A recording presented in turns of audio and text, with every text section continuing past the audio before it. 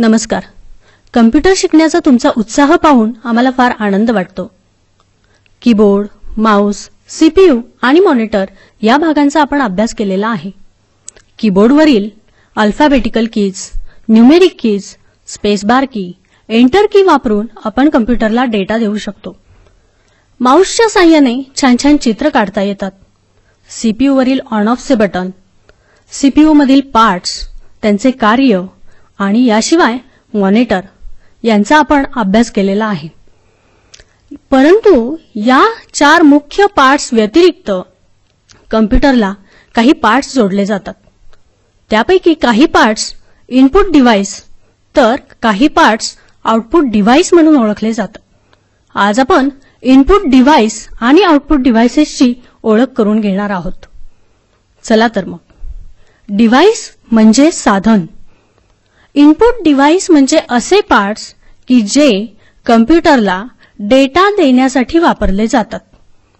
जेव्हा input devices मार्फत कम्प्युटरला डेटा दिला जातो तेव्हा त्या डेटावर आधारित रिझल्ट म्हणजेच आउटपुट जोपर्यंत आपल्याला कम्प्युटरकडून मिळत नाही तोपर्यंत दिलेल्या डेटाला काहीही महत्त्व नसते किंवा त्याचा काहीही उपयोग नसतो. म्हणून कम्प्युटरच्या साहाय्याने आउटपुट मिळण्यासाठी जे पार्ट्स जोडले जातात त्यांना आउटपुट डिव्हाइस असे म्हणतात. उदाहरणार्थ पिठाची गिरणी. पिठाच्या गिरणीत गहू, ज्वारी, बाजरी हे धान्य आपण दळतो. हे धान्य म्हणजे इनपुट. धान्य ज्यात टाकले जाते त्याला इनपुट डिव्हाइस असे म्हणतात. त्यापासून मिळणारे पीठ म्हणजे आउटपुट. पीठ ज्यातून बाहेर येते ते म्हणजे आउटपुट डिव्हाइस. या उदाहरणावरून इनपुट डिव्हाइस आणि आउटपुट डिव्हाइसेसची संकल्पना थोडीफार तुमच्या लक्षात आली असेल. इनपुट डिव्हाइसेस आपण बघूयात. सामान्यपणे वापरली जाणारी इनपुट डिव्हाइसेस आहेत keyboard, mouse, scanner, magnetic ink character reader, barcode reader, electronic card reader, mic, digital camera आणि वेब कॅमेरा. या सर्वांची माहिती आपण मिळवू. कीबोर्ड. कीबोर्डची तुमची ओळख झालेली आहे. कीबोर्डच्या साहाय्याने आपण कम्प्युटरला डेटा देतो. या कीबोर्डवरील कीज वेगवेगळ्या विभागांमध्ये विभागलेल्या असतात. मुख्यतः त्यांचे 5 विभाग पडतात. सर्वात पहिला भाग आहे टाइपरायटर की. टाइपरायटर कीजच्या साहाय्याने आपण कम्प्युटरला टाइप करून डेटा देतो. त्यासाठी अल्फाबेटिकल कीज, न्यूमेरिक की, एंटर की, स्पेस बार की वापरली जाते. या कीजच्या वरती फंक्शन कीज असतात. फंक्शन कीज F नावापासून स्टार्ट होतात. मुख्यतः फंक्शन कीज ह्या F1 पासून F12 पर्यंत आहे. प्रत्येक फंक्शन कीचे कार्य वेगवेगळे आहे. त्यानंतरचा पुढचा कीबोर्डवरील कीजचा भाग आहे कॉम्बिनेशन कीज. या कॉम्बिनेशन कीज कॉम्बिनेशन करून वापरल्या जातात. म्हणजेच या कीज एकट्या वापरल्या जात नाही. या कीज वापरताना त्याबरोबर दुसरी एखादी की वापरली जाते. कॉम्बिनेशन कीज आहेत कंट्रोल, अल्टर, शिफ्ट इत्यादी. याशिवाय पुढचा भाग असतो कर्सर मूव्हमेंट कीज, ज्याद्वारे आपण कम्प्युटरवरती मूव्हमेंट करू शकतो. कर्सरची मूव्हमेंट आपल्याला करता येते. या कीज ॲरो कीज म्हणून देखील ओळखल्या जातात. ॲरो कीजच्या दिशांच्या साहाय्याने आपल्याला डावीकडे, उजवीकडे, वरती, खाली हालचाल करता येते. आणि उजव्या कोपऱ्यात सेपरेट न्यूमेरिक की पॅड दिलेला असतो. त्या न्यूमेरिक की पॅडवरती नंबर्स दिलेले असतात. जर समजा फक्त अंकांच्या स्वरूपात आपल्याला माहिती द्यायची असेल, गणिती क्रिया करायच्या असतील तर त्यासाठी मुख्यतः न्यूमेरिक की पॅडचा वापर केला जातो. अगदी कॅल्क्युलेटरवर ज्याप्रमाणे कीज असतात त्याचप्रमाणेच न्यूमेरिक की पॅडवरील अंक दिलेले असतात. थोडक्यात कीबोर्डद्वारे आपण टायपिंग करून कम्प्युटरला डेटा देतो. माउसच्या साहाय्याने डेटा टाईप न करता कम्प्युटरला डेटा देता येतो. माउसच्या साहाय्याने आपण क्लिक, डबल क्लिक, सिलेक्शन करू शकतो. माऊस हे मुख्यतः 2 प्रकारचे असतात, ऑप्टिकल माऊस आणि मेकॅनिकल माऊस. मेकॅनिकल माऊसमध्ये खाली बॉल वापरलेला असतो. त्या बॉल्सच्या मुवमेंट प्रमाणे तो माऊस फिरत असतो. ज्या पद्धतीने तो माऊस फिरतो त्या पद्धतीने कम्प्युटरच्या स्क्रीनवर आपल्याला बाण किंवा कम्प्युटरचा कर्सर फिरताना दिसतो. ऑप्टिकल माऊसमध्ये लेझर बीमचा वापर केलेला असतो. हा माऊस जास्त सेन्सिटिव्ह असतो, म्हणजेच हा माऊस तत्परतेने कार्य करत असतो. मेकॅनिकल माऊस वापरण्यासाठी माऊस पॅड वापरला जातो, तर ऑप्टिकल माऊस वापरण्यासाठी माऊस पॅड वापरण्याची गरज नसते. याशिवाय स्कॅनर हे देखील इनपुट डिव्हाइस आहे. जेव्हा झेरॉक्स मशीनद्वारे लायसन्सची फोटोकॉपी आपल्याला काढायची असते, तेव्हा आपण ती प्रत झेरॉक्स मशीनमध्ये ठेवतो, त्याचा फोटो घेतला जातो आणि मग जशीच्या तशी लायसन्सची फोटोकॉपी आपल्याला मिळते. अगदी त्याचप्रमाणे स्कॅनरचे कार्य चालते. जर समजा छापील किंवा लिखित स्वरूपात आपल्याकडे काही माहिती उपलब्ध असेल, ती आपल्याला जशीच्या तशी कम्प्युटरला द्यायची असेल तर त्यासाठी स्कॅनरचा वापर केला जातो. जी माहिती आपल्याला स्कॅनरद्वारे द्यायची आहे ती छापील प्रत स्कॅनर मशीनमध्ये ठेवली जाते. त्यावरून प्रकाश किरणांचा एक झोत फिरवला जातो व त्याची प्रतिमा आपल्याला मिळते. स्कॅनर्स हे फ्लॅट बेड आणि हँड स्कॅनर या 2 प्रकारात असतात. हँड स्कॅनर हे लहान असतात, पण फ्लॅट बेड स्कॅनर हे जरा आकाराने मोठे असतात. मॅग्नेटिक इंक कॅरेक्टर रीडर हे सुद्धा एक इनपुट डिव्हाइस आहे. याचा उपयोग बँकेत केला जातो. बँकेत चेकद्वारे आपण पैसे काढू शकतो किंवा पैसे टाकू शकतो. चेकवर विशिष्ट शाई वापरून विशिष्ट स्वरूपात बँकेचा खाते क्रमांक, शाखा क्रमांक, चेक क्रमांक इत्यादी माहिती लिहिली जाते. ही माहिती अचूकपणे कम्प्युटरला देण्यासाठी मॅग्नेटिक इंक कॅरेक्टर रीडरचा वापर केला जातो. Barcode reader. सुपरमार्केट किंवा मॉलमधून जेव्हा आपण वस्तू खरेदी करतो तेव्हा त्या वस्तूंवर कमी अधिक जाडीच्या रेषांच्या स्वरूपात काही माहिती असते. ती माहिती आपल्याला त्या रेषा बघून वाचता येत नाही. त्या रेषा म्हणजेच बारकोड. ती माहिती म्हणजे वस्तूचा बॅच क्रमांक, वस्तूची किंमत, वस्तू तयार केल्या गेल्याची तारीख इत्यादी स्वरूपात असते. पण जेव्हा आपण हा बारकोड मशीन समोर धरतो तेव्हा तो डेटा त्या मशीनकडून वापरला जातो. त्या रेषांचे रूपांतर न्यूमेरिक डेटामध्ये केले जाते आणि मग आपल्याला वस्तूची किंमत, वस्तूचा बॅच क्रमांक इत्यादी माहिती समजू शकते. इलेक्ट्रॉनिक कार्ड रीडर हे देखील एक इनपुट डिव्हाइस आहे. याचा वापर मुख्यतः debit card, credit card, ATM कार्डवरील डेटा वाचण्यासाठी केला जातो. एटीएम म्हणजे ऑटोमेटेड टेलर मशीन. हे मशीन बँकेत किंवा बँकेच्या बाहेर कर्मचाऱ्यांव्यतिरिक्त ठेवलेले असते. एटीएम मशीनमधून जेव्हा आपल्याला पैसे काढायचे असतात तेव्हा त्या मशीनमध्ये आपण आपले एटीएम कार्ड टाकतो. त्या कार्डवरील डेटा मशीनकडून वाचला जातो. तो डेटा बँकेतील कम्प्युटरला पुरवला जातो आणि त्या पद्धतीने आपले अकाउंट ऍक्टिव्हेट होते. माईक हे सुद्धा इनपुट डिव्हाइस आहे. जर बोलण्यातून किंवा आवाजातून आपल्याला कम्प्युटरला काही डेटा द्यायचा असेल तर त्यासाठी माईकचा वापर केला जातो. मी आपल्याशी संवाद साधते आहे, त्यासाठी मी देखील माईकचाच वापर केलेला आहे. डिजिटल कॅमेरा हा रेग्युलर कॅमेराप्रमाणेच असतो, फक्त रेग्युलर कॅमेरामध्ये रोल वापरलेला असतो, तर डिजिटल कॅमेरात मेमरी कार्ड वापरले जाते. जे फोटो आपण काढतो ते सर्व फोटो मेमरी कार्डवर स्टोअर होतात. हे सर्व फोटो विशिष्ट फॉर्ममध्ये कॅमेरामध्ये स्टोअर केलेले असतात. जर समजा ते फोटो काढल्यानंतर लगेचच आपल्याला बघायचे असतील तर आपण बघू शकतो, किंवा एखाद्या फोटोमध्ये आपल्याला काही बदल करायचे असतील तर करता येतात. याशिवाय रेग्युलर कॅमेरातून जेव्हा आपण फोटोंची प्रिंट घेतो तेव्हा एक सलग सर्व फोटोंची प्रिंट आपल्याला घ्यावी लागते. परंतु डिजिटल कॅमेराद्वारे फोटो प्रिंट घेताना जर समजा काही फोटोज आपल्याला नको असतील तर आपण ते टाळू देखील शकतो. Web camera.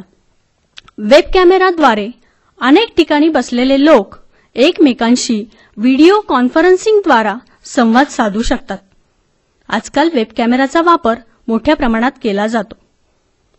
उदाहरणार्थ रेल्वे मार्गावरील काही अडथळ्यांमुळे काही लोकल्स कॅन्सल झाल्या असतील आणि केंद्रीय कार्यालयाला विटी, दादर, परळ इत्यादी रेल्वे स्टेशनवरील परिस्थिती जाणून घ्यायची असेल तर जर समजा ही सर्व स्टेशन्स एकमेकांना वेब कॅमेराद्वारे जोडलेली असतील तर ती परिस्थिती आपल्याला तत्काळ केंद्रीय कार्यालयात बसून समजू शकते.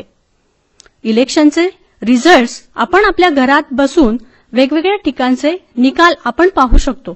ते वेब कॅमेरामुळेच शक्य होते. अशा पद्धतीने इनपुट डिव्हाइसेसद्वारा कम्प्युटरला अचूक डेटा देता येतो. आपण अभ्यासलेले इनपुट डिव्हाइसेस आहेत keyboard, mouse, scanner, magnetic ink character reader, barcode reader, electronic card reader, mic, digital camera आणि वेब कॅमेरा. आता आपण आउटपुट डिव्हाइसेसचा अभ्यास करू. आउटपुट डिव्हाइसेसचा उपयोग कम्प्युटरकडून आउटपुट बघण्यासाठी केला जातो.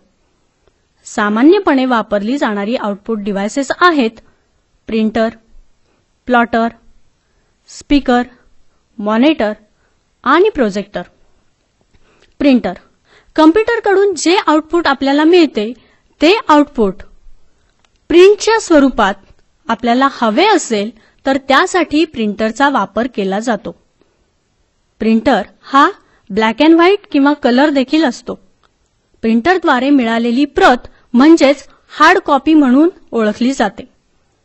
प्रिंटरचे वेगवेगळे प्रकार आहेत. Dot matrix printer, inkjet printer, laser printer. Dot matrix प्रिंटरचा आपण अभ्यास करू. डॉट मॅट्रिक्स प्रिंटरद्वारे मिळणारी प्रिंट ही डॉट्सच्या स्वरूपात असते. डॉट मॅट्रिक्स प्रिंटरची किंमत कमी असते. प्रिंटसाठी येणारा खर्च देखील कमी असतो. डॉट मॅट्रिक्स प्रिंटरमध्ये प्रिंट हेड बसवलेला असतो. त्याद्वारे पेजवर तो मागे पुढे खाली वरती सरकत असतो आणि डॉट्सच्या स्वरूपात ती कॉपी प्रिंट होत असते. डॉट मॅट्रिक्सद्वारे जेव्हा आपण प्रिंटिंग करतो तेव्हा डॉट मॅट्रिक्स प्रिंटरचा आवाज होत असतो. डॉट मॅट्रिक्स प्रिंटरमध्ये वापरली जाणारी स्टेशनरी ही कंटिन्युअस स्टेशनरीच्या स्वरूपात असते. याचा अर्थ एक सलग पेजेस एकमेकांना जोडलेली असतात. जेव्हा जास्तीच्या प्रती प्रिंट आपल्याला करायच्या असतात तेव्हा जास्त प्रमाणात डॉट मॅट्रिक्स प्रिंटर वापरला जातो कारण तो स्वस्त आहे आणि वापरण्यास सोयीचा आहे. Inkjet printer. इंकजेट प्रिंटर हा ब्लॅक अँड व्हाईट किंवा कलर स्वरूपात असतो. इंकजेटद्वारे मिळणारी प्रिंट ही अगदी ठळक स्वरूपात असते. अगदी शाब्दिक माहिती असेल, एखादा फोटो असेल, पिक्चर असेल, ते सर्व अगदी ठळक स्वरूपात आपल्याला इंकजेट प्रिंटरद्वारे बघायला मिळते. इंकजेट प्रिंटरची किंमत जास्त असते. प्रिंट करण्यासाठी येणारा खर्च देखील जास्त असतो. हा प्रिंटर वापरत असताना कुठल्याही प्रकारचा आवाज होत नाही. पेजेस प्रिंट होण्याचा स्पीड सुद्धा जास्त असतो. Laser printer. लेझर प्रिंटर हा ब्लॅक अँड व्हाईट किंवा कलर स्वरूपात असतो. यात वापरली जाणारी स्टेशनरी ही एक एक पेजच्या स्वरूपात असते. हा प्रिंटर सुद्धा महाग असतो. शिवाय प्रिंटिंगसाठी येणारा खर्च डॉट मॅट्रिक्सपेक्षा थोडा जास्त असतो. आजकाल जास्तीत जास्त लेझर प्रिंटरचा वापर केला जातो. लेझर प्रिंटरद्वारे मिळणारी प्रिंट ही अतिशय उत्कृष्ट दर्जाची असते. जेव्हा कुठलेही ऑफिशियल डॉक्युमेंट असेल किंवा महत्त्वाची कागदपत्र जेव्हा आपल्याला प्रिंट करायची असतात तेव्हा आपण लेझर प्रिंटरचाच वापर करत असतो. अशा पद्धतीने dot matrix printer, inkjet printer, laser प्रिंटरद्वारे आपल्याला कॉम्प्युटरवरील आउटपुटची प्रिंट घेता येते, म्हणजेच हार्ड कॉपी मिळवता येते. पुढचे आउटपुट डिव्हाइस आहे प्लॉटर. प्लॉटरच्या साहाय्याने आपण मोठमोठ्या इमेजेस प्रिंट करू शकतो. उदाहरणार्थ इंजिनिअरिंग ड्रॉइंग्स, इमारतीचा आराखडा, नकाशे इत्यादी ड्रॉइंग्स प्रिंट करण्यासाठी प्लॉटरचा वापर केला जातो. प्लॉटर हे खूप महाग असतात, शिवाय त्यांचा आकार देखील खूप मोठा असतो. आणि हो, भूगर्भातील हालचाली ओळखण्यासाठी देखील प्लॉटरचाच वापर केला जातो. स्पीकर. स्पीकर हे आउटपुट डिव्हाइस आहे. वेगवेगळ्या कार्यक्रमांमध्ये तुम्ही लाऊडस्पीकर बघितलेले असतील. लाऊडस्पीकरद्वारे आपल्याला आवाज ऐकू येतो. परंतु कॉम्प्युटरला देखील स्पीकर जोडलेले असतात, पण त्यांचा आकार लहान असतो. स्पीकरद्वारे आवाजाच्या स्वरूपातील डेटा आपल्याला ऐकू येतो. अगदी डीव्हीडी, सीडीवरती गाण्यांचा किंवा पिक्चरमधील डायलॉगचा आवाज आपल्याला स्पीकरमुळेच ऐकू येत असतो. स्पीकर हे कॉम्प्युटरच्या सीपीयूत सुद्धा बसवलेले असतात किंवा बाहेरून सुद्धा आपण स्पीकर जोडू शकतो. माझा आवाज तुम्हाला ऐकू येतो आहे तो स्पीकरमुळेच. मॉनिटर. मॉनिटर म्हणजेच कॉम्प्युटर स्क्रीन. जे आपण कॉम्प्युटरला देतो तो सर्व डेटा आउटपुटच्या स्वरूपात कॉम्प्युटरच्या स्क्रीनवर आपल्याला दिसत असतो. म्हणूनच कॉम्प्युटर स्क्रीन हे आउटपुट डिव्हाइस आहे. कॉम्प्युटर स्क्रीन ही टीव्ही प्रमाणेच असते. टीव्ही प्रमाणेच त्यावर बटन्स असतात. त्या बटन्सद्वारे आपण ब्राईटनेस, डार्कनेस, क्लिअरिटी कमी जास्त करू शकतो. शिवाय पूर्वीच्या टीव्हीजमध्ये कॅथोड रे ट्यूब्स वापरल्या जायच्या, त्यामुळे त्यांचा आकार मोठा होता. त्याचप्रमाणे मॉनिटर्सचा देखील आकार मोठा होता. त्या मॉनिटर्सला CRT मॉनिटर असे म्हटले जायचे. परंतु त्या जागी आता नवीन प्रकारचे मॉनिटर आलेले आहेत, ते म्हणजे LCD मॉनिटर, ज्यांचा आकार कमी असतो. ते ठेवण्यासाठी कमी जागा लागते. शिवाय वीज देखील कमी लागते आणि त्यावरती मिळणारी पिक्चर क्वालिटी ही अतिशय उत्कृष्ट असते आणि महत्त्वाचे, आपल्या डोळ्यांना कुठल्याही प्रकारचा त्रास होत नाही. प्रोजेक्टर. प्रोजेक्टर हे एक आउटपुट डिव्हाइस आहे, ज्याद्वारे आपण कॉम्प्युटर स्क्रीनवर दिसणारे आउटपुट मोठ्या स्वरूपात मोठ्या पडद्यावर बघू शकतो. वेगवेगळ्या ठिकाणी जर समजा आपल्याला ट्रेनिंग सेशन्स अरेंज करायचे असतील आणि एकाच वेळी शेकडो लोकांना ती माहिती दाखवायची असेल, तर त्यासाठी प्रोजेक्टरचा वापर केला जातो. सिनेमा हॉलमध्ये देखील एक प्रकारचे प्रोजेक्टरच वापरले जाते. सिनेमा हॉलमधील मागच्या खिडकीतून प्रकाश किरणांचा झोत पडद्यावरती पडतो आणि मग प्रतिमा आपल्याला मोठ्या स्वरूपात दिसते. अगदी त्याच तत्वाचा वापर कॉम्प्युटरमधील प्रोजेक्टरवर केला जातो. अशा पद्धतीने आपण printer, plotter, speaker, monitor, projector हे आउटपुट डिव्हाइसेस अभ्यासलेले आहेत. या सर्व आउटपुट डिव्हाइसेसची आकृती तुम्हाला पुस्तकात दिलेली आहे. यानंतर आपण पुढचा टॉपिक अभ्यासणार आहोत, तो म्हणजे मेमरी, स्मृती. हो, जशी आपल्याला स्मृती असते तशीच कॉम्प्युटरला देखील स्मृती असते. आपण आपले नाव, पत्ता, जन्मतारीख, आठवड्यांचे नाव, वार हे कधीही विसरत नाही. अगदी त्याचप्रमाणे कॉम्प्युटरला जो डेटा दिला जातो तो डेटा कॉम्प्युटरकडून कधीही विसरला जात नाही. तो कॉम्प्युटरच्या मेंदूत, अगदी बरोबर सीपीयूत साठवलेला असतो. सीपीयूमध्ये मेमरी युनिट हा भाग असतो. जो डेटा आपण कॉम्प्युटरला देतो तो सर्व डेटा मेमरी युनिटमध्ये स्टोअर केलेला असतो. हा डेटा स्टोअर करत असताना 0 आणि 1 या अंकांचा वापर केला जातो. फक्त 2च अंक वापरले गेल्याने या डेटाला बायनरी डिजिट्स असे म्हणतात. बायनरी डिजिट्सला शॉर्ट फॉर्ममध्ये बिट, BIT असे देखील म्हणतात. अंतर मोजण्यासाठी मीटर, किलोमीटर अशी एककं आपण वापरतो. त्याच पद्धतीने कॉम्प्युटरची मेमरी मोजण्यासाठी देखील काही एककं वापरली जातात. ती म्हणजे बीट, बाईट, किलोबाईट, मेगाबाईट, गिगाबाईट, टेट्राबाईट. यांच्यामध्ये काय संबंध आहे तो आपण बघू. कॉम्प्युटरमध्ये जेव्हा आपण डेटा स्टोअर करतो तेव्हा तो सर्व डेटा मेमरी युनिट्समध्ये स्टोअर केला जातो. मेमरी युनिटमध्ये सेल असतो. प्रत्येक सेलमध्ये कुठला ना कुठला नंबर दिलेला असतो. म्हणजे सेलमध्ये नंबर असतो, याशिवाय त्या सेलला नाव दिलेले असते, त्याला म्हणतात सेल ॲड्रेस. जेव्हा असे 8 नंबर म्हणजेच 8 बीट एकत्र येतात तेव्हा त्याच्यापासून एक बाईट तयार होतो. म्हणूनच 8 bits is equal to 1 byte. 1024 byte is equal to 1 kilobyte. 1024 kilobyte is equal to 1 megabyte. 1024 megabyte is equal to 1 gigabyte. 1024 gigabyte is equal to 1 tetrabyte. ही सर्व कॉम्प्युटरची मेमरी मोजण्याची युनिट्स एककं आहेत. कॉम्प्युटरची मेमरी 2 प्रकाराची असते, प्रायमरी मेमरी आणि secondary memory. Primary मेमरीलाच main memory असे म्हटले जाते. ही मेमरी डायरेक्ट कॉम्प्युटरला जोडली जाते, म्हणूनच डेटा ॲक्सेस करण्यासाठी कमी वेळ लागतो. ही मेमरी कॉम्प्युटरच्या मेमरी युनिटमध्ये बॉक्सच्या स्वरूपात असते. त्या बॉक्सलाच चिप्स असे म्हणतात. या सर्व चिप्स मदरबोर्डवर बसवलेल्या असतात. प्रायमरी मेमरीचे मुख्य 2 प्रकार आहेत, रॅम आणि रॉम.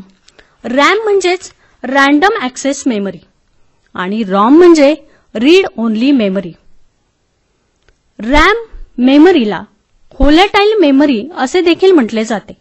म्हणजेच जर समजा वीज पुरवठा बंद झाला तर यातील डेटा पुसला जातो. रॅम मेमरी ही कीबोर्डद्वारे जो डेटा दिला जातो तो सर्व डेटा स्टोअर करण्यासाठी वापरली जाते. रॅम मेमरी म्हणजे एक प्रकारे आपली वही आहे असे समजू, कारण यावरील डेटा आपल्याला लिहिता येतो, वाचता येतो. याशिवाय जर समजा आपल्याला त्याची वहीप्रमाणे 100 पेजेस 200 पेजेसची वही आपण वापरत असतो, म्हणजे आपण आपल्या क्षमतेनुसार ती वही वापरतो. अगदी त्याच प्रकारे रॅम ची क्षमता कॅपॅसिटी आपल्याला बदलता येते. ती जेवढी कॅपॅसिटी जास्त तेवढा रॅमवरती डेटा स्टोअर करण्याचा डेटा ॲक्सेस करण्याचा स्पीड हा जास्त असतो. म्हणूनच रॅम मेमरीला रीड राईट मेमरी असे देखील म्हटले जाते. यावरील डेटा वीज पुरवठा बंद झाल्यानंतर पुसला जातो, म्हणूनच ही तात्पुरत्या स्वरूपातील मेमरी असे म्हणून ओळखले जाते. रॉम म्हणजे रीड ओनली मेमरी. अगदी नावातच अर्थ आहे. या मेमरीवरील डेटा आपण फक्त वाचू शकतो. यात जो डेटा दिला जातो तो डेटा मॅन्युफॅक्चरिंगच्या वेळेस दिला जातो. वीज पुरवठा बंद झाला तरी यावरील डेटा पुसला जात नाही, म्हणूनच या मेमरीला नॉन व्होलॅटाईल मेमरी असे म्हणतात. कॉम्प्युटर सुरू होण्यासाठीच्या ज्या इन्स्ट्रक्शन्स असतात त्या सर्व इन्स्ट्रक्शन्स या मेमरीमध्ये स्टोअर केल्या जातात. या मेमरीवरील डेटामध्ये आपण चेंजेस करू शकत नाही. मेमरीचा दुसरा मुख्य प्रकार आहे सेकंडरी मेमरी. साधारणपणे कॉम्प्युटरला जो डेटा दिला जातो तो सर्व डेटा सेकंडरी मेमरीवरती स्टोअर होतो. सेकंडरी मेमरीवरील डेटा आपण पाहिजे तेव्हा बघू शकतो. हा डेटा विविध साधनांवरती देखील आपल्याला स्टोअर करता येतो. त्यांना म्हणतात सेकंडरी स्टोरेज डिव्हायसेस. वेगवेगळ्या प्रकारचे सेकंडरी स्टोरेज डिव्हायसेस आहेत. Hard disk, floppy disk, CD, DVD, pen drive यांची माहिती आपण मिळवू. हार्ड डिस्क ही कॉम्प्युटरच्या सीपीयू मध्ये बसवलेली असते. ती आपण सहजासहजी काढू शकत नाही. याशिवाय हार्ड डिस्कवरती जास्त प्रमाणात डेटा स्टोअर करता येतो. हार्ड डिस्कवरील डेटा आपण पाहिजे तेव्हा बघू शकतो, त्यामध्ये बदल करू शकतो.